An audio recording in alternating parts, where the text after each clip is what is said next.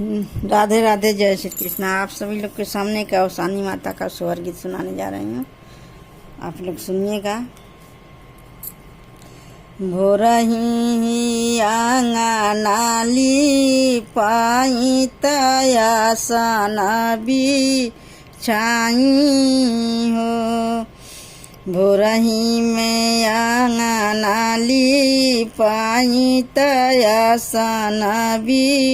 छाई हो, सासु आजुई है अवसानी मयई त गोतिनी बो लावाऊ हो, सासु आजुई है अवसान माई त गोतिनी बो लावाऊ हो, लहुरी नाना दिया बोलाए तयर जसू नाये हो, लहुरी नाना दिया बोलाए तयर जसू नाई हो, ननदी हाली भगे भुजवाबो लायत चनमा भुजवाऊ, ननदी हाली बेगे भुजवैया बोलावत चनमा भुजवाऊ, बहरे से पिया के बोलाए तबिनी तीसू नाये हो, बहरे से पिया के बोलाए तबिनती नाये हो, पिया सोला हो सिंगर वाली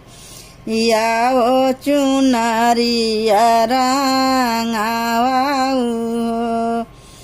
पिया सोला हो सिंगर वाली आओ ता चुनारी गावाऊ हो, बेदिया पे बैठी अवसानी मैया सेवा कानी हाराई हो, बेदिया पे बैठी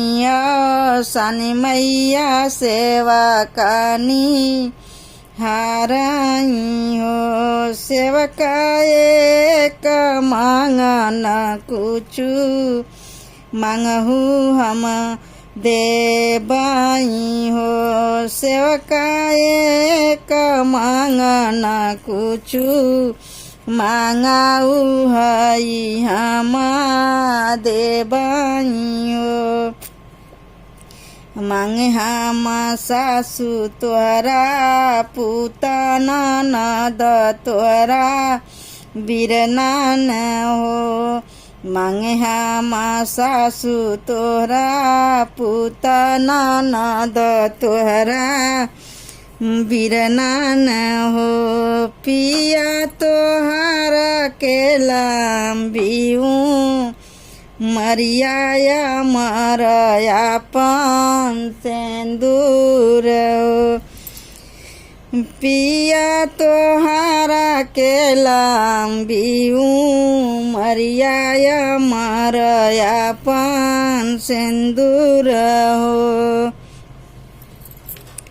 भोरही आंगनाली पाए तया सनबी छाई हो, सासु आजुई है अवसानी मैया त गोतिनी बो लावत गोतिनी बो लावाऊ। जय अवसानी मैया।